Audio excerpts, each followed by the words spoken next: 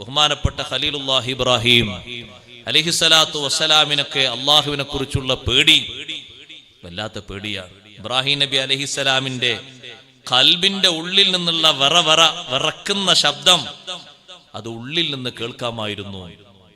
പക്ഷികൾ ഒച്ച വെക്കുന്ന കുറെ ദൂരത്തുനിന്ന് കേൾക്കൂലേ? അതുപോലെ കേൾക്കും. പക്ഷികൾ ഇപ്പൊ കുറെ ഒരേ ദൂരത്തുള്ള മരങ്ങളിൽ ഇരുന്നിട്ട് കുറെ പക്ഷികൾ ശബ്ദിക്കാണ്, നമ്മൾ കേൾക്കൂല. ഇങ്ങോട്ട് പക്ഷികൾ നമ്മൾ കാണുന്നുണ്ടാകൂല. അത്ര ദൂരത്തുനിന്ന് ഇബ്രാഹിം നബി അലൈഹി സ്വലാമിന്റെ ഖൽബിന്റെ വിറക്കുന്ന സൗണ്ട്, ഖൽബ് പിടക്കുന്ന സൗണ്ട് ദൂരത്തുനിന്ന് കേൾക്കാമായിരുന്നു. പടച്ച റബ്ബിനെ പേടിച്ചിട്ട്. ഇബ്രാഹിം നബി അലൈഹി സ്വലാമിന്റെ വർത്തമാനം തന്നെ അങ്ങനെയല്ലേ? ഇഷ്ടംപോലെ ആടുകളും ഒട്ടകങ്ങളൊക്കെ അള്ളാഹു നൽകിയ നല്ലൊരു സമ്പന്നനാണ് ഇബ്രാഹിം നബി അലൈഹി സ്വലാം. പക്ഷെ പടച്ച റബ്ബിനെ പേടിച്ചിട്ട് എത്ര സമ്പത്തുണ്ടെങ്കിൽ ഒരു കുഴപ്പമില്ല. ഇബ്രാഹിം നബി അലൈഹി സ്വലാമിന്റെ മുന്നിൽ വന്നിട്ട് മലക്ക് വന്നിട്ട് ഒരു ചോദ്യം ചോദിച്ചു ഒരു ദിവസം. ആടുകളുണ്ട്, ഒട്ടകങ്ങളുണ്ട്, പശുക്കളുണ്ട്, അതുപോലെ തന്നെ കാളകളുണ്ട്. കാളറിയില്ല മോനെ? കാളുണ്ട്, ഒക്കെ ഉണ്ട്, നിറയെ ഉണ്ട്. ചോദിച്ചു മലക്ക് വന്നിട്ട്, ഇതൊക്കെ ആരുതാണ്? ഏത് ഈ കാണുന്നതൊക്കെ ആരുതാണ്? നമ്മളോട് നമ്മളെ വീട്ടിന്റെ മുന്നിൽ ഒരു 10 ആടുകളുണ്ടെങ്കിൽ ചോദിച്ചാൽ എന്ത് പറയും? 5 എന്റേതാണ്, 5 അനിയന്റേതാണ്, 2 അയലക്കത്ത് വിട്ടത് പറയില്ലേ? ഓ, നമ്മളൊരു അവകാശം. എന്താണ് ഈ സ്ഥലമൊക്കെ? ഇതൊക്കെ എന്റേതാ. ഓ, നമ്മൾ കൊണ്ടുപോവല്ലേ? ഇത്രയും സ്വത്തുണ്ടായിട്ട് ഇബ്രാഹിം നബി അലൈഹി സ്വലാമിനോട് ചോദ്യം, ഇതൊക്കെ ആരുതാ? ഇബ്രാഹിം നബി അലൈഹി സ്വലാം എന്റെ മറുപടിയിലില്ല, അള്ളാഹുവിന്റെ അവകാശത്തിലുള്ളതാണ്, അള്ളാഹുവിന് അവകാശപ്പെട്ടതാണ്. വലാകിൻ ഫീ മുൽക്കി, എങ്കിലും ഒരു ചെറിയ സൂക്ഷിപ്പിന് വേണ്ടി ഇപ്പൊ എന്റെ കൈവശത്തിലുള്ളത്. എന്റേതാണെന്ന് പറഞ്ഞില്ല, മറുപടി പോലും ശ്രദ്ധിക്കണം. ഇതൊക്കെ ആരുടേതാണ്? ഇബ്രാഹിം നബി അലൈഹി സ്വലാമിന്റെ സ്വന്തമാണോ? സ്വന്താണ്. പക്ഷെ ചോദ്യത്തിന് ഉത്തരം പറഞ്ഞത് അങ്ങനെയാ, അള്ളാഹുവിൻ്റെതാണ്, എന്റേതല്ല, അള്ളാഹുവിൻ്റെതാണ്. ഇപ്പൊ ഞാനാണത് നോക്കി നടത്തുന്ന ആള്, അത്രേ ഉള്ളൂ. നമ്മൾ നേരത്തെ തിരിച്ചാ മറുപടി, ഇതൊക്കെ എന്റേതാ, ആ മതിൽക്കെട്ട് വരെ എന്റേതാ, അതിന്റെ അപ്പുറം എന്റേതാ. ഓ, എത്ര എന്റേത്, ഒക്കെ നമ്മളതല്ലേ. പടച്ച റബ്ബിനെ പേടിച്ചിട്ടുള്ള മറുപടിയാണ്. ആ പേടിയുള്ള ആളുകൾക്ക് അള്ളാഹു പറയുന്ന ലക്ഷണങ്ങൾ സൂറത്തുൽ ഹജ്ജിലൂടെ അള്ളാഹു വ്യക്തമാക്കുന്നു. ബശ്ശിരിൽ മുഖ്ബിതീൻ, ഭക്തന്മാർക്ക് സന്തോഷം അറിയിക്കൂ നബിയേ. അള്ളാഹുവിനെ ഭക്തി ചെയ്ത് ജീവിക്കുന്ന ആളുകൾ, അള്ളാഹുവിനെ പേടിച്ച് ജീവിക്കുന്ന ആളുകളുടെ ഒന്നാമത്തെ ലക്ഷണം അല്ലദീന ഇദാ ദുഃഖിറല്ലാഹു വജിലത് ഖുലൂബുഹും, അള്ളാഹുവിനെ പറയപ്പെട്ടാൽ, പടച്ച റബ്ബിനെ സ്മരിക്കപ്പെട്ടാൽ അവരെ ഖൽബ് പേടിച്ചു പോകും. അല്ലാഹു തആലാന്റെ അനുഗ്രഹങ്ങൾ എണ്ണിയാൽ തന്നെ നമ്മുടെ കഥ കഴിഞ്ഞില്ലേ? പൂർവികരൊക്കെ നോക്ക് നിങ്ങൾ.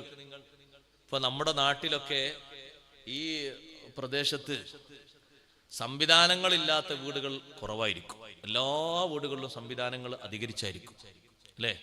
എല്ലാ വീടുകളും ഉണ്ടാവും, മിക്ക വീടുകളും ഉണ്ടാവൂലേ? അരക്കുന്ന മെഷീൻ ഉണ്ടാവൂലേ? തേങ്ങയും മറ്റൊക്കെ അരക്കുന്ന എല്ലാ വീട്ടിലും ഇല്ലേ? എല്ലാ വീട്ടിലും ഉണ്ടാവും. അലക്കുന്ന മെഷീൻ ഇല്ല? അലക്ക് മെഷീൻ, ഓ, അതുണ്ട്. എയർ കണ്ടീഷൻ മെഷീൻ ഇല്ലേ? തണുപ്പ് തരുന്ന AC, അതുണ്ട്. പിന്നെ ഏതല്ലാത്ത? ഒരു 10 കൊല്ലം മുമ്പോട്ട് ചിന്തിക്ക്. ഉപ്പാപ്പമാര് കിടക്കുന്ന ഉപ്പാപ്പമാരായ ആളുകളൊക്കെ ജീവിച്ച കാലം ഈ സൗകര്യങ്ങളിൽ പലതും സ്വപ്നമാണ്. അള്ളാഹു തന്ന അനുഗ്രഹങ്ങളാണ്. നമ്മൾ എന്തേ ചെയ്തത്?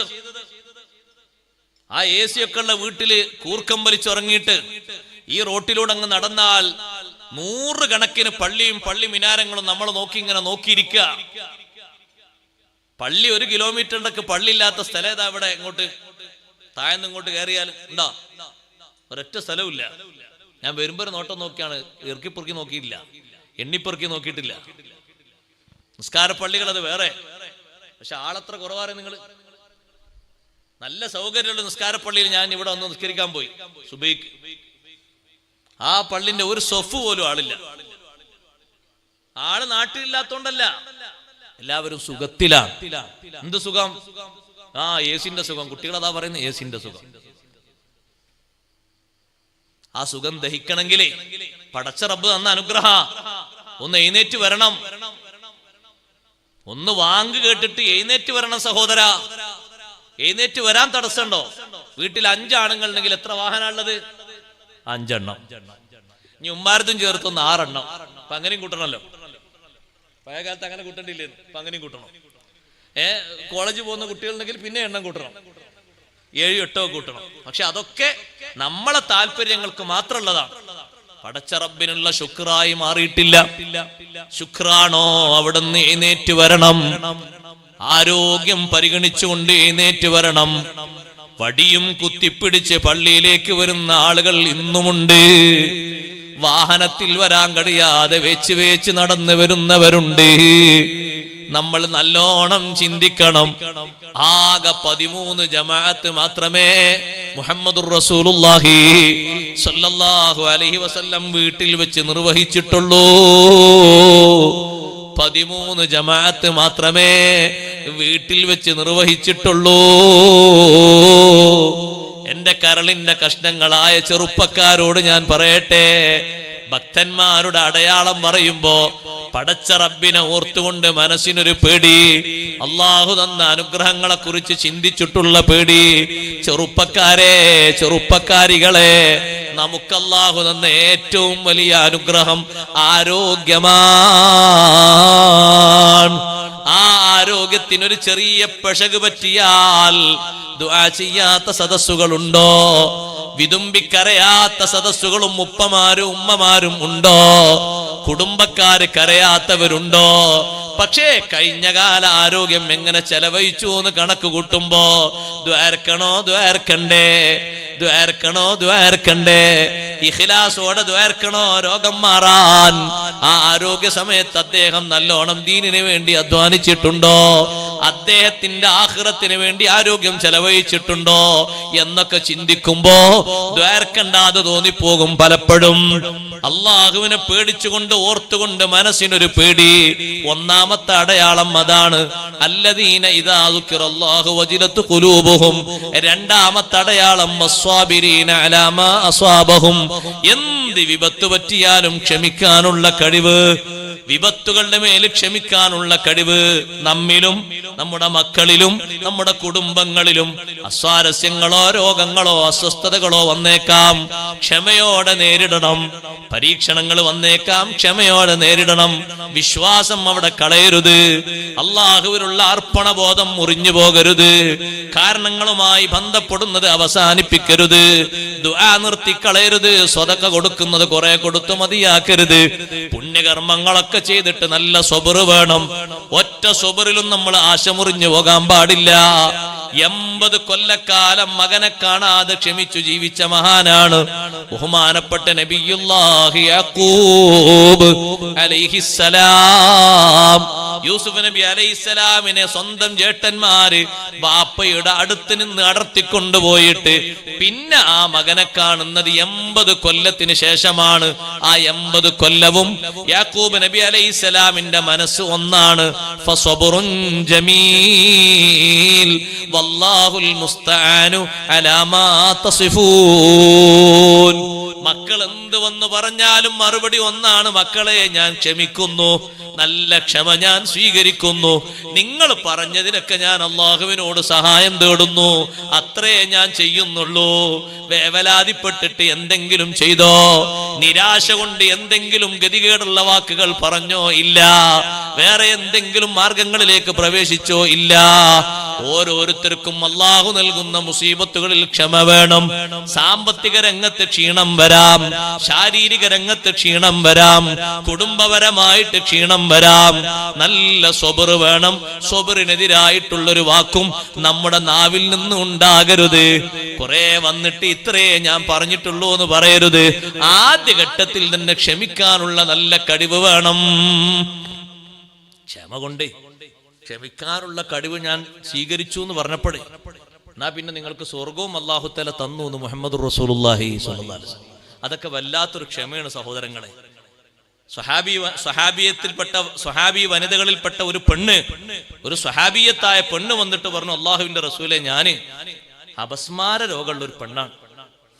അപസ്മാര രോഗം വന്നിട്ട് ഞാൻ പെട്ടെന്ന് വീഴും. എപ്പോഴും ഉണ്ട് നബിയെ എനിക്ക് അപസ്മാര രോഗം. ഇതൊന്ന് മാറിക്കിട്ടാൻ വേണ്ടി ഒന്ന് ദ്വാരക്കണം. അപ്പൊ ആ പെണ്ണിനോട് നബി സല്ലല്ലാഹു അലൈഹി വസല്ലം തങ്ങൾ പറഞ്ഞു, ഇസ്ബിരി ഫലക്കിൽ ജന്ന. ക്ഷമിച്ചോ പെണ്ണെ, അള്ളാഹു നിനക്ക് സ്വർഗം തരും. ഈ രോഗത്തിന് ക്ഷമിച്ചോളൂ. എല്ലാ രോഗവും മാറുമോ? മാറൂല. മാറാത്ത രോഗങ്ങളുണ്ടാവും. അത് ചിലപ്പോ ചില ആളുകൾക്ക് ദറജ കൂടാനായിരിക്കും, ചിലർക്ക് കഫാറത്തായിരിക്കും, ചിലർക്ക് ബാക്കിയുള്ളവർക്ക് ക്ഷമിക്കാനും മറ്റുള്ള വകുപ്പായിരിക്കും. പല രൂപത്തിലും വരാം. ചിലർക്ക് ദുന്യാവ് തന്നെ നന്നാകാനുള്ള ചാൻസ് ആയിരിക്കും, ചിലർക്ക് ആഖിറത്തിലേക്ക് ദറജ കൂടാനായിരിക്കും. പല രൂപത്തിലും വരാം. ഇരിക്കട്ടെ, ക്ഷമിച്ചോ പെണ്ണെ, സ്വർഗണ്ട് എന്ന് പറഞ്ഞപ്പോ ആ പെണ്ണ് ഉടനെ പറഞ്ഞു, സഹോദരങ്ങളെ സഹോദരിമാരെ, ക്ഷമിച്ചു നബിയെ, അപസ്മാര രോഗത്തിന് ഞാൻ ക്ഷമിച്ചു. പക്ഷെ ഒരു കാര്യത്തിൽ തങ്ങൾ എനിക്ക് ദ്വാർക്കണം. ഞാൻ എപ്പ വീണാലും എനിക്കുള്ളൊരു വിഷമം എന്താണെന്നറിയോ? അപസ്മാര രോഗം വന്ന് വീഴുമ്പോ എനിക്ക് ബോധം ഉണ്ടാകൂല. അപ്പൊ എന്റെ ശരീരത്തിന്റെ സ്വകാര്യ ഭാഗങ്ങൾ, എന്റെ ജനങ്ങൾ കാണാൻ പറ്റാത്ത ഭാഗങ്ങൾ, എന്റെ കാതും എന്റെ കാലും എന്റെ കാലിന്റെ മേൽപോട്ടുള്ള ഭാഗങ്ങളൊക്കെ വസ്ത്രങ്ങൾ നീങ്ങിപ്പോയിട്ട് ബുദ്ധിമുട്ടുണ്ടാകുന്നുണ്ട്. ഞാൻ എപ്പ വീണാലും എന്റെ ശരീരത്തിന്റെ ഒരു ഭാഗവും കാണാതിരിക്കാൻ ഒന്ന് ദുആർക്കണം നബിയേ. അല്ലാഹുവിന്റെ റസൂൽ അതിന് ദുആ ചെയ്തു കൊടുത്തു. പിന്നെ ആ പെണ്ണ് എപ്പ വീഴുകയാണെങ്കിലും ശരീരത്തിന്റെ ഒരു ഭാഗവും വസ്ത്രം വെളിവാകാറില്ല. ആ പെണ്ണിങ്ങനെ പോകുമ്പോ സ്വഹാബത്ത് പറയാറുണ്ട്, സ്വർഗത്തിൽ കടക്കുന്ന ഒരു പെണ്ണിനെ കാണണോ, അങ്ങോട്ട് നോക്കിക്കോളൂ. അപസ്മാര രോഗം വന്നിട്ടും ക്ഷമിച്ചോളാന്ന് വാക്ക് പറഞ്ഞൊരു പെണ്ണാണ്, സ്വർഗത്തിൽ പോകുന്ന പെണ്ണാണ്. ക്ഷമിക്കാനുള്ള കഴിവ് അല്ലാഹു നമുക്ക് ഏറ്റിത്തരട്ടെ. ക്ഷമയോടുകൂടെ കാരണങ്ങളുമായി ബന്ധപ്പെടണം. ക്ഷമിച്ചിട്ടും ബഹുമാനപ്പെട്ട യാക്കൂബ് നബി അലൈഹിസ്സലാം മകനെ കാണാൻ വേണ്ടി ദ്വാരന്നിട്ടുണ്ട്. മകനെ പറ്റി അള്ളാഹിനോട് പരാതിപ്പെട്ടിട്ടുണ്ട്. മക്കളോട് പോയി തിരയാൻ പറഞ്ഞിട്ടുണ്ട്. ക്ഷമ എന്ന് പറഞ്ഞാൽ ബാക്കിയൊക്കെ മാറ്റി വെക്കണം എന്നല്ല അതിന്റെ അർത്ഥം. ക്ഷമയോടുകൂടെ രോഗത്തിന് ട്രീറ്റ്മെന്റ് ചെയ്യണം, ദുആ ചെയ്യണം, സ്വതക്ക ചെയ്യണം, ഖൈറാത്തുകളുമായി ബന്ധപ്പെടണം. ക്ഷമിക്കുക എന്ന് പറഞ്ഞാൽ ബാക്കിയൊക്കെ നിർത്താന്നല്ല അതിന്റെ അർത്ഥം. ക്ഷമയോടുകൂടി കാരണങ്ങളുമായി ബന്ധപ്പെടുക. ആവലാദികൾ വേവലാദികൾ ഒഴിവാക്കുക. നിരാശപ്പെടുത്തുന്നൊരു വാക്കും പറയാതിരിക്കുക. ഇനി അത് മാറൂല എന്ന് തീർച്ചപ്പെടുത്തി നമ്മൾ നിശ്ചയിക്കാതിരിക്കുക. അള്ളാഹു അല്ലേ മാറ്റിത്തരുന്നവൻ. ചിലതിന് അള്ളാഹു തആല കുറെ കാലം വെച്ചിട്ടുണ്ടാകും. രണ്ടാമത്തെ അടയാളം വിപത്തുകളിൽ ക്ഷമിക്കലാണ്, പ്രതിസന്ധികളിൽ ക്ഷമിക്കലാണ്. ഇബാദത്തിന്റെ മാർഗം നമ്മുടെ ശരീരത്തിന് സന്നിവേശിപ്പിക്കുന്നതിൽ ക്ഷമ വേണം. സാധാരണ ഒരു ക്ഷമ മാത്രമല്ല, 3 തരം ക്ഷമയുണ്ട്. മഹാന്മാർ എണ്ണി പറഞ്ഞു. അസ്സബ്റു അനിൽ മഅസിയ, ഞാൻ പരത്തി പറയുന്നില്ല, സമയം പരിമിതമാണ്. ദോഷങ്ങളിൽ നിന്ന് ക്ഷമിക്കാനുള്ള കഴിവ്, അതൊരു ക്ഷമയാണ്. അസ്സബ്റു അനിൽ ബലാ, പരീക്ഷണങ്ങളിൽ നിന്ന് ക്ഷമിക്കാനുള്ള കഴിവ് ഒരു ക്ഷമയാണ്. അസ്സബ്റു അലത്താ, ആരാധനകളിൽ ക്ഷമിക്കാനുള്ള കഴിവ്. 3 ക്ഷമയുണ്ട്. അതിലേറ്റവും വലുത് അസ്സബ്റു അനിൽ മഅസിയ, കുറ്റകൃത്യങ്ങൾ ചെയ്യാതിരിക്കാനുള്ള ക്ഷമയാണ്. കുറ്റകൃത്യങ്ങളിലേക്ക് പോകാതെ ശരീരത്തെ തടഞ്ഞു നിർത്താനുള്ള ക്ഷമ. ചെറിയ ക്ഷമയായിട്ട് കൂട്ടാൻ പറ്റുമോ? സൗകര്യങ്ങൾ ഏറെയാണ്, സംവിധാനങ്ങൾ ഏറെയാണ്. ആരും കാണാത്തതും പലതിനും സംവിധാനങ്ങളും അനുവാദങ്ങളും ഏറെയാണ്. എല്ലാറ്റിനും അനുവാദങ്ങളല്ലേ, അംഗീകാരങ്ങളല്ലേ? തോന്നും പോലെ ചെയ്യാനല്ലേ ഇപ്പൊ അംഗീകാരമുള്ളത്. അവിടെയൊക്കെ ക്ഷമയോടെ പിടിച്ചു നിൽക്കാൻ വലിയ കഴിവ് വേണം. അപ്പൊ നല്ല സ്വബർ, അത് രണ്ടാമത്തെ അടയാളമാണ്. വസ്വാബിരീന അലാ മാ അസ്വാബഹും, മൂന്നാമത്തെ അടയാളം വൽ മുഖീമിസ് സ്വലാ, നിസ്കാരം നിലനിർത്തുന്നവരുമാണ്. ഒന്ന് പറയട്ടെ സഹോദരങ്ങളെ, എന്റെ ചെറുപ്പക്കാരോട്, സ്നേഹിതന്മാരോടൊക്കെ ഞാൻ പറയട്ടെ, നിങ്ങൾ ഏത് കളിയിൽ ഏർപ്പെട്ടാലും നിസ്കാരം ഖളാക്കുന്നൊരു കളിയും നടത്തരുത്. അത് ഏത് കളിയാണെങ്കിലും, ചെറുതാണെങ്കിലും വലുതാണെങ്കിലും. വൈകുന്നേരം തുടങ്ങിയിട്ട് ഇശാ വരെ നീണ്ടു നിൽക്കുന്നതാണ്. നമുക്കവിടെ അസുറിന്റെ ഒരു ബാധ്യതയുണ്ട്, മഗ്രിബുണ്ട്, ഇശാ ഉണ്ട്. ഏതെങ്കിലും ഒന്ന് ഒരു ദിവസം നഷ്ടപ്പെട്ടു പോയാൽ അന്ന് നിർത്തിയേക്കണം സഹോദരാ. ദുനിയാവിന്റെ കളി നിന്നെ വഞ്ചനയിൽ വീഴ്ത്തിപ്പോയി. ആ ഒരൊറ്റ കാരണം കൊണ്ട് കൈകടിക്കേണ്ടി വരും. വൽ മുഖീമിസ് സ്വലാ, ഉപ്പമാരോട് പറയട്ടെ, ലാഘവത്തോടെ കാണേണ്ടതല്ല നിസ്കാരം. നിസ്കാരത്തിനല്ലേ ആദ്യമായി കൽപ്പന പുറപ്പെടുവിക്കാൻ നമ്മോട് പറയുന്നത്. 2ാം ക്ലാസ്സിൽ പഠിക്കുന്ന കുട്ടിക്കല്ലേ 7 വയസ്സ് പ്രായമാകുന്നത്. ഇതിൽ 2ാം ക്ലാസ് വരണ്ടാ? ആ ഉണ്ട്, 2ാം ക്ലാസ്സുകാരുണ്ട് അല്ലേ? ഈ ബാക്കിലുള്ളവർ എത്രാം ക്ലാസ്സിലാ? ഇതിന്റെ ബാക്കിലുള്ളവർ അതിന്റെ ബാക്കിലുള്ളവർ 3ലാ 4ലാ? ആ, അപ്പൊ നമ്മളെ വാപ്പാർക്കും ഉമ്മാർക്കും ഒരു ഒഴിഞ്ഞു മാറുന്നൊരു ശൈലിയുണ്ട്. പിള്ളാരല്ലേ, അവർ 4ലല്ലേ എത്തിയിട്ടുള്ളൂ, 5ലല്ലേ എത്തിയിട്ടുള്ളൂ, 10ാം ക്ലാസ്സിലല്ലോ, കല്യാണം കഴിച്ചൊരു കുട്ടിയൊന്നും ആയിട്ടില്ലല്ലോ, എന്തിനാ ഇപ്പൊ തന്നെ നിസ്കരിക്കാൻ പറഞ്ഞ്? നമ്മൾ തന്നെ അങ്ങനല്ലേ, നിങ്ങൾ തന്നെ അങ്ങനെ ജീവിച്ചെങ്കിൽ പിന്നെ പറഞ്ഞിട്ട് കാര്യമില്ല. ഇനി അടുത്ത തലമുറ അങ്ങനെ ആയിക്കോട്ടെ എന്ന് ഞങ്ങളെ തീരുമാനം. എന്നാ പിന്നെ നമ്മൾ വളരുന്നത് വെറുതെ. എങ്ങനെയാണ് ദീന് പഠിപ്പിച്ചത്? നിങ്ങളെ ഞൈഞ്ഞ എങ്ങനെയെന്നല്ല, നിങ്ങളെ ഞൈഞ്ഞ സ്വഭാവം എങ്ങനെയെന്നല്ല ദീന് ചോദിക്കുന്നത്. ദീൻ എങ്ങനെ പഠിപ്പിച്ചത്? മുറു ഔലാദക്കും ബിസ്വലാത്തി ഇദാ ബലഗ 7 സിനീൻ. 7 വയസ്സ് പ്രായമായാൽ മക്കൾക്ക് നിസ്കാരം കൊണ്ട് കൽപ്പിക്കണം. രക്ഷിതാക്കൾക്ക് നിർബന്ധ ബാധ്യതയാണത്, സുന്നത്തല്ല. 5 വക്ത് നിസ്കാരം മക്കളെ പരിശീലിപ്പിക്കേണ്ട തുടക്കം 7ാമത്തെ വയസ്സിലാണ്. കുട്ടി 2ാം ക്ലാസ്സിലായിട്ടുണ്ടാവുള്ളൂ. എന്താ തോന്നുന്നത്? ഒരു പീഡനാന്ന് തോന്നുന്നുണ്ടോ? ദീനിന്റെ നിയമമാണ് പറഞ്ഞത്. അംഗീകരിക്കാനുള്ള കഴിവ് വേണം, അനുസരിക്കാനുള്ള ബുദ്ധി വേണം, തീരുമാനം വേണം. നമ്മളും ഇപ്പൊ ചെറുപ്പത്തിൽ കുറെ കളിച്ചിരുന്നില്ലേ? അവരും കളിച്ചോട്ടെ, അങ്ങനെ ഞങ്ങൾ വെക്കുന്നത്. നബി ഞങ്ങളെ തലയിലും കയറി കളിക്കണം, അങ്ങനെ വേണ്ടത്. ആ അഭിപ്രായമാണെങ്കിൽ അങ്ങനെയാണ് വേണ്ടത് ശരിക്കും. കാരണം മക്കളെ തള്ളിവിടുന്ന, നരകത്തിലേക്ക് തള്ളിവിടുന്ന വാപ്പാരുണ്ടായിട്ട് കാര്യമില്ലല്ലോ. നല്ല കർശനമാക്കണം നിസ്കാരത്തിന്റെ വിഷയം. അതിലൊരു വിട്ടുവീഴ്ചക്ക് ഒരു വാപ്പയും ഒരു ഉമ്മയും സപ്പോർട്ട് നിൽക്കരുത്. പ്രത്യേകിച്ച് സുബിഹി വാങ്ങ് കൊടുക്കുമ്പോഴേക്ക് 2ാം ക്ലാസ് മുതൽ ഇങ്ങോട്ടുള്ള സർവണ്ണത്തിനെയും വിളിച്ചുണ്ടണം. അതല്ലേ ഈ കൽപ്പിക്കണം എന്ന് പറഞ്ഞ അർത്ഥം എന്താ? നമ്മൾ ചോറിച്ചാ ചായ കുടിച്ചാ, ആ ബാത്റൂമിൽ പോയാ പോയി എന്നാ പറയും. അതുപോലൊരു കൽപ്പന നിസ്കാരം. അതൊക്കെ ഹലാലാ. ഭക്ഷണം കഴിക്കല്, ഉറങ്ങല്, ബാക്കിയൊക്കെ ഹലാലാ. ഇത് നിർബന്ധ. നിസ്കാരം നിർബന്ധമാണ്, നിർബന്ധമായി തന്നെ കൽപ്പിക്കണം. ഇപ്പൊ 3ലും 4ലും 5ലും 6ലും 7ലും എത്തിയിട്ട് 5 വക്ത് നിസ്കരിക്കാത്ത അവസ്ഥ ആലോചിച്ച് നോക്ക് നിങ്ങൾ. നമ്മളാണ് അവിടെ ദുർബലര്. ആര്? ബാപ്പയും ഉമ്മയും വല്ലിപ്പയും ബാക്കിയുള്ള കുടുംബക്കാരും അടങ്ങുന്ന ഈ സമൂഹം. ഉപ്പാപ്പയും ഉപ്പാനപ്പാപ്പയും ഉമ്മാമ്മമാനന്മാരെയും കാര്യമില്ല. കുട്ടികളെ കളിപ്പിക്കാനേ നമുക്ക് പറ്റുള്ളൂ. അതിനല്ല അള്ളാഹു നമുക്ക് ദീർഘായുസ് എന്നത്. ദീനിയായിട്ട് അവരെ വളർത്താനാ. കൊഞ്ചിക്കണം, കളിപ്പിക്കണം ഒക്കെ വേണം. കളിക്കോപ്പുകളൊക്കെ വാങ്ങിക്കൊടുക്കണം അതിന്റെ പ്രായത്തില്. 10 വയസ്സായി കഴിഞ്ഞാൽ നിസ്കരിക്കാത്തതിന്റെ പേരിൽ അടിക്കണം. 10ാം വയസ്സിലൊരു കുട്ടി എത്രാം ക്ലാസ്സിലാ? 5ാം ക്ലാസ്സിലല്ലേ എത്തുന്നുള്ളൂ അല്ലേ? 5 കൊല്ലല്ലേ ആയിട്ടുള്ളൂ. മദ്രസിലെത്തിയിട്ട് 5 കൊല്ലം 5ാം ക്ലാസ്സിലായിരിക്കും. നിങ്ങൾ ആരെങ്കിലും നിസ്കരിക്കാത്തതിന്റെ പേരിൽ 10 വയസ്സെത്തിയിട്ട് അടിച്ചിട്ടുണ്ടോ? അതൊന്നും വേണ്ട ഉസ്താദേ, നമ്മൾ തന്നെ അങ്ങനെയാണ്. നമ്മളല്ലേ നിസ്കാരം തുടങ്ങി എന്നെ പെണ്ണിട്ടി 2 കുട്ടികളായിട്ടാണ്. പിന്നെ ഇപ്പൊ എന്താ ഈ കുട്ടികളെ പറയാൻ കാരണം അല്ലേ? പിന്നെന്താ നമ്മൾ അവരെ പറയാം? നമ്മൾ അങ്ങനെ തന്നെ അല്ലേ? അതുപോലെ തന്നെ അവരും വളർന്നോട്ട് അങ്ങനെ വെക്കണ്ടി. നമ്മൾ ആ ജാഹിലിയ കാലത്തായിരിക്കും അങ്ങനെ ചെയ്തിട്ടുണ്ടാകുക. ഒരു ബോധം വെച്ച കാലല്ലേ? 10 വയസ്സായിട്ടും നിസ്കരിക്കാത്തതിന്റെ പേരിൽ അടിക്കണം. അത് നബി സല്ലല്ലാഹു അലൈഹി വസല്ലം തങ്ങളുടെ കൽപ്പനയാണ്.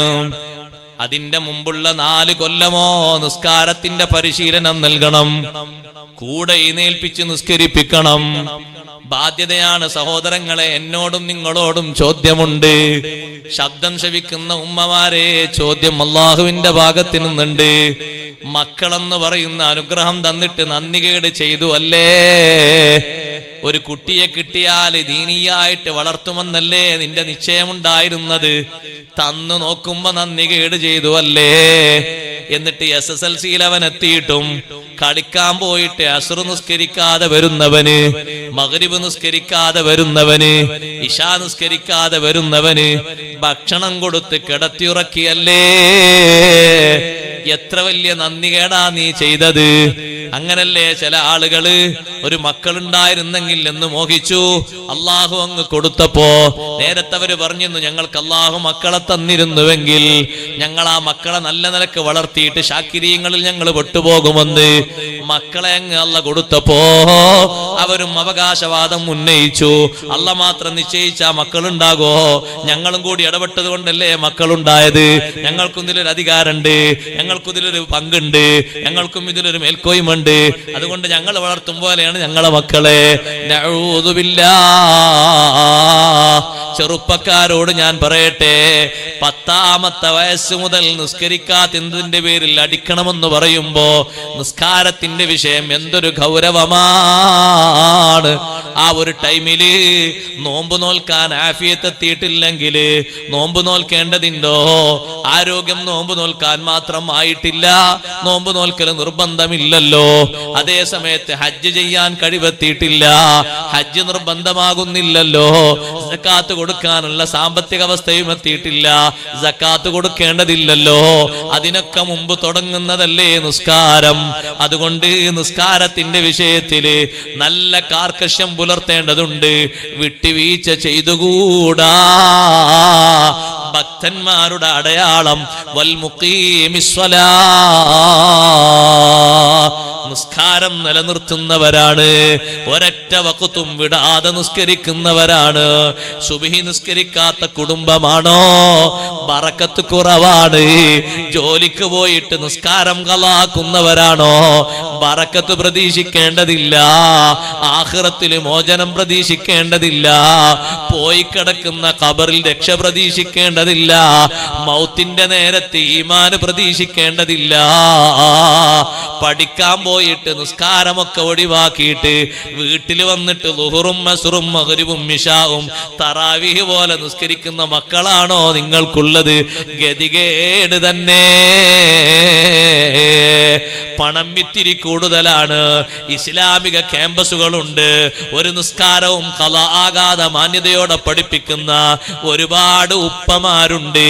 അവരെ കാണിച്ചുകൊണ്ട് അള്ളാഹു നിങ്ങളോട് ചോദിക്കും, ഈ ബാപ്പ മകളെ പഠിപ്പിച്ചത് ഒരു ളുഹറും അസ്റും ഒന്നും ഖളാ ആക്കാതെ 10,000 15,000 മാസം ഫീസ് കെട്ടിയിട്ട് ലോക്കലായിട്ട് നാട്ടിൽ നിന്ന് അങ്ങോട്ടും ഇങ്ങോട്ടും വിട്ടേക്കാതെ ഇസ്ലാമിക അന്തരീക്ഷത്തിൽ നിസ്കാരമൊന്നും പോകരുത്, ദീനിയായ അവസ്ഥയൊന്നും പോകരുത് എന്ന് കരുതിയിട്ട് അധ്വാനിച്ച് വളർത്തി ഈ ബാപ്പയെ നിനക്ക് മാതൃകയാക്കി കൂടായിരുന്നില്ലേ? ഈ ഉമ്മയെ നിനക്ക് സ്വീകരിച്ചൂടായിരുന്നില്ലേ? അള്ളാഹുവിന്റെ ചോദ്യം വരുമ്പോ നമ്മളെ ദുനിയാവിന്റെ ഭംഗി കൊണ്ടും സൗന്ദര്യം കൊണ്ടും എങ്ങനെ രക്ഷപ്പെടാനെന്നാണ് നമ്മൾ നോക്കുക. രക്ഷപ്പെടാനൊക്കൂല.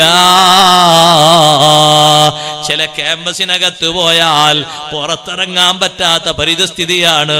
ളുഹറും പോയി അസുറും പോയി, അങ്ങനെ വർഷങ്ങളോളം നേടിയെടുത്ത ബിരുദത്തിന് ജയിക്കാൻ പറ്റുമോ? ആ ഖളാ ആക്കിയതിനൊക്കെ ചെറിയ തൗബ മതിയാകുമോ? ഒരൊറ്റ നിസ്കാരം സമയത്തിൽ നിന്ന് നീങ്ങിയപ്പോൾ ഏറ്റവും അധികം വിഷമം കൊണ്ട് ശത്രുക്കൾക്കെതിരെ ദുആ ചെയ്ത നേതാവാണ് മുഹമ്മദുർ റസൂലുള്ളാഹ് സ്വല്ലല്ലാഹു അലൈഹി വസല്ലം. മുൻപല്ല് പൊട്ടിച്ച് കല്ലെടുത്തെറിഞ്ഞവർക്കെതിരെ തങ്ങൾ ദുആ ചെയ്തില്ലല്ലോ. ഉഹദിന്റെ രണഭൂമിയിൽ അവിടുത്തെ നെറ്റിയിലേക്ക് എറിഞ്ഞിട്ട് രക്തം ധാരധാരയായി ഒഴുകിയില്ലേ? അവിടുത്തെ കൈവിരൽ പൊട്ടിയിട്ട് രക്തം ഒഴുകിയില്ലേ? ശരീരത്തിന്റെ പല ഭാഗങ്ങളിലും അങ്ങനെ ഏറുകൊണ്ടിട്ടില്ലേ? ത്വായിഫിൽ വെച്ച് കുട്ടികളെ കൊണ്ട് ശത്രുക്കളെ കല്ലെറിയിപ്പിച്ചില്ലേ? അവർക്കെതിരെ ദ്വാരക്കാത്ത പലരും ചെയ്തിട്ടും ദ്വാരക്കാത്ത അള്ളാഹുവിന്റെ റസൂൽ സ്വല്ലല്ലാഹു അലൈഹി വസല്ലം ഖന്തഖിൽ വെച്ച് ഒരൊറ്റ അസ്ർ നിസ്കാരം സമയത്തിൽ നിന്ന് നീങ്ങിയപ്പോ നബി സല്ലല്ലാഹു അലൈഹി വസല്ലം തങ്ങളെ സമരമുഖത്ത് ശുഗലാക്കി കളഞ്ഞ സഖ്യകക്ഷികളായ ജൂതന്മാരും മുശ്രിക്കുകളും കാഫിരീങ്ങളും അവർക്കെതിരെ ഒരു ദുആ തങ്ങൾ നടത്തിയില്ലേ? മല അല്ലാഹു ബുയൂതഹും വഖുബൂറഹും നാറാ. അവരെ ഭവനങ്ങളും അവർ കിടക്കുന്ന ഖബറുകളും തീ കൊണ്ട് അല്ലാഹു നിറക്കട്ടെ. ശഗലൂന അനിസ്സലാത്തിൽ വുസ്താ. ഈ അസ്ർ നിസ്കാരത്തിന്റെ സമയം നമ്മുടെ ശ്രദ്ധ അവർ തിരിച്ചു കളഞ്ഞല്ലോ. സഹിക്കാൻ തങ്ങൾക്ക് കഴിഞ്ഞില്ല. കാരണം അള്ളാഹുവിനോടുള്ള മുനാജാത്ത് അതൊരു നേരം നഷ്ടപ്പെടുക എന്നുള്ളത് ചിന്തിക്കാനൊക്കൂല. നിങ്ങൾ കേട്ടിട്ടില്ലേ ഉമ്മമാരെ, സഹോദരങ്ങളെ, യുദ്ധത്തിന് പോകുമ്പോ ബദറിലേക്ക് പോകുമ്പോൾ പോലും നബി സല്ലല്ലാഹു അലൈഹി വസല്ലം നടക്കാൻ കഴിയാതെ യാത്ര ക്ഷീണിതരായ സ്വഹാബത്തിനോട് പലരോടും നോമ്പ് മുറിക്കാൻ വേണ്ടി തങ്ങൾ പറഞ്ഞു. അതേ സമയത്ത് യുദ്ധരംഗങ്ങളിൽ നിസ്കാരത്തിന് വിട്ടുവീഴ്ച കൊടുത്തില്ല. ഒരു വിട്ടുവീഴ്ച കൊടുക്കുമായിരുന്നെങ്കിൽ അതിന് പറ്റിയ ഒരു സന്ദർഭമായിരുന്നു, ഒരു ഘട്ടമായിരുന്നു യുദ്ധരംഗം. ആ യുദ്ധരംഗത്ത് ഒരു വിട്ടുവീഴ്ചയില്ലാതെ അല്ലാഹു തആല ഖുർആനിൽ ആയത്തിറക്കി, നിസ്കരിച്ചോളണം. നിസ്കരിക്കണം എന്ന് മാത്രമല്ല, ജമാഅത്തായി നിസ്കരിക്കണം. അപ്പുറത്ത് ഒരു കൂട്ടം ആളുകൾ, സ്വഹാബിമാർ, ശത്രുക്കൾക്ക് നേരെ കാവൽ നിൽക്കുക. ഒരു കൂട്ടം ആളുകൾ വന്നിട്ട് നബി സല്ലല്ലാഹു അലൈഹി വസല്ലം തങ്ങളുടെ കൂടെ ഒരു റക്അത്ത് ജമാഅത്തായി നിസ്കരിച്ച്, ഒരു റക്അത്ത് സ്വന്തം നിസ്കരിച്ച് സലാം വിട്ടുക. എന്നിട്ട് ഇവരവിടെ പോയി കാവൽ നിൽക്കുക. അവിടെ കാവൽ നിൽക്കുന്ന ആൾ വന്നിട്ട് രണ്ടാമത്തെ റക്അത്തിൽ തങ്ങളോടൊപ്പം തുടരുക. എന്നിട്ട് റക്അത്ത് അവർ സ്വന്തമായി നിസ്കരിക്കുക. അവരെയും കൂട്ടിയിട്ട് തങ്ങൾ സലാം വിട്ടുക. 3-4 ശൈലികളുണ്ട്, അതിൽ ഒരു ശൈലിയാണത്. അപ്പോൾ പോലും ജമാഅത്തായി നിസ്കരിക്കാനുള്ള ഒരു കൽപ്പന. ഇതൊരു ചെറിയ വിഷയമാണോ സഹോദരങ്ങളെ? നിസ്കാരം ഒരു ചെറിയ കാര്യമായിട്ട് കണക്കാക്കാൻ പറ്റിയതാണോ? നോമ്പ് നോറ്റ ആളുകൾ ക്ഷീണിച്ചപ്പോ ഒഴിവാക്കാനല്ലേ പറഞ്ഞത്, നോമ്പ് മുറിക്കാനല്ലേ പറഞ്ഞത്? പക്ഷേ നിസ്കാരത്തിന്റെ വിഷയത്തിൽ ക്ഷീണം എന്ന നിലക്ക് വിട്ടുവീഴ്ച കൊടുത്തോ? പിന്നെയല്ലേ നമ്മുടെ കല്യാണവും സൽക്കാരവും മറ്റുമൊക്കെ. കരളിന്റെ കഷ്ണങ്ങളായ സുഹൃത്തുക്കളോട്, ചെറുപ്പക്കാരോട് ഞാൻ പറയട്ടെ, നിസ്കാരം നമ്മുടെ ശിരകളിൽ ലയിക്കണം, നമ്മുടെ ശരീരത്തിൽ, നമ്മുടെ രക്തത്തിൽ ലയിക്കണം. നമ്മുടെ ശരീരത്തിൽ ഓടുന്ന രക്തം നമ്മുടെ ഇറച്ചിയോട് എത്രമാത്രം ഫിറ്റ് ചെയ്തിട്ടുണ്ട്, കണക്ഷൻ ഉണ്ട്. അതിനേക്കാളും നമ്മളെ ഖൽബിനോട്, ശരീരത്തോട് നിസ്കാരത്തിന് വലിയ ബന്ധം വേണം. നിസ്കരിക്കുന്നവർ എന്നല്ല അള്ളാഹു പറഞ്ഞത്, വൽ മുഖീമിസ്സലാ, നിസ്കാരം നിലനിർത്തുന്നവർ, കൃത്യമായും നിത്യമായും നിസ്കരിക്കുന്നവർ. നിസ്കരിക്കുന്നവർ എന്നാ പറഞ്ഞെങ്കിൽ എപ്പോഴെങ്കിലും നിസ്കരിക്കുന്ന ആളുകൾക്കും കടന്നുവിടാൻ ചാൻസ് ഉണ്ടായിരുന്നു. അങ്ങനല്ല ഭക്തന്മാരുടെ ഇടയാണ് പറഞ്ഞത്, വൽ മുഖീമിസ്സലാ. അതുകൊണ്ട് ആ നിസ്കാരത്തെ പറ്റി അങ്ങനെ അള്ളാഹു പറഞ്ഞത്. നിസ്കാരം ഭക്തിയുള്ള ആളുകൾക്ക് എളുപ്പ. നിസ്കാരം വലിയൊരു സംഗതിയാണ്. ഭക്തിയുള്ള ആളുകൾക്കൊഴികെ അവർക്ക് നിസ്കാരം നല്ല സന്തോഷമാണ്. നിസ്കാരം ഒഴിവായി പോകുന്നവർക്ക് സഹിക്കാൻ പറ്റൂല. ഏതായി ഭക്തന്മാര്, എന്താണ് അവരെ മനസ്സിന്റെ ധാരണ? അല്ലദീന യളുന്നൂന അന്നഹും മുലാഖൂ റബ്ബിഹിം വഅന്നഹും ഇലൈഹി റാജിഊൻ. പടച്ച റബ്ബിനെ അഭിമുഖീകരിക്കാനുണ്ട്. ആരെ കാണുന്നില്ലെങ്കിലും അല്ലാഹുവിനെ കാണാൻ ഒരു ദിനം വരാനുണ്ട്. അന്ന് റബ്ബുമായി ശരിക്ക് അഭിമുഖം നടത്തിയിട്ട് സംവദിക്കുന്ന ഒരു സമയം വരും. അല്ലാഹുവിലേക്ക് മടങ്ങിപ്പോകാനുള്ളവരാണ്. ആ ഉറച്ച വിശ്വാസത്തോടെ, ബോധത്തോടെ കഴിയുന്നവർ, അവരാണ് ഭക്തന്മാർ. അവർക്ക് നിസ്കാരം എളുപ്പമാണ്. എത്ര പ്രായാധിക്യത്തിലും അവർ നിസ്കരിക്കും, എത്ര സാഹസികതയിലും അവർ നിസ്കരിക്കും. നിസ്കാരം ഒഴിവാക്കുന്നത് അവർക്ക് അസഹ്യമാണ്. അതുകൊണ്ട് പറയട്ടെ, എന്ത് തിരക്കിലാണെങ്കിലും, എന്ത് ഡ്യൂട്ടിയിലാണെങ്കിലും, എന്ത് വിഷയത്തിലാണെങ്കിലും നിസ്കാരം ഒഴിവാക്കിയിട്ടൊരു സംഗതിയില്ല.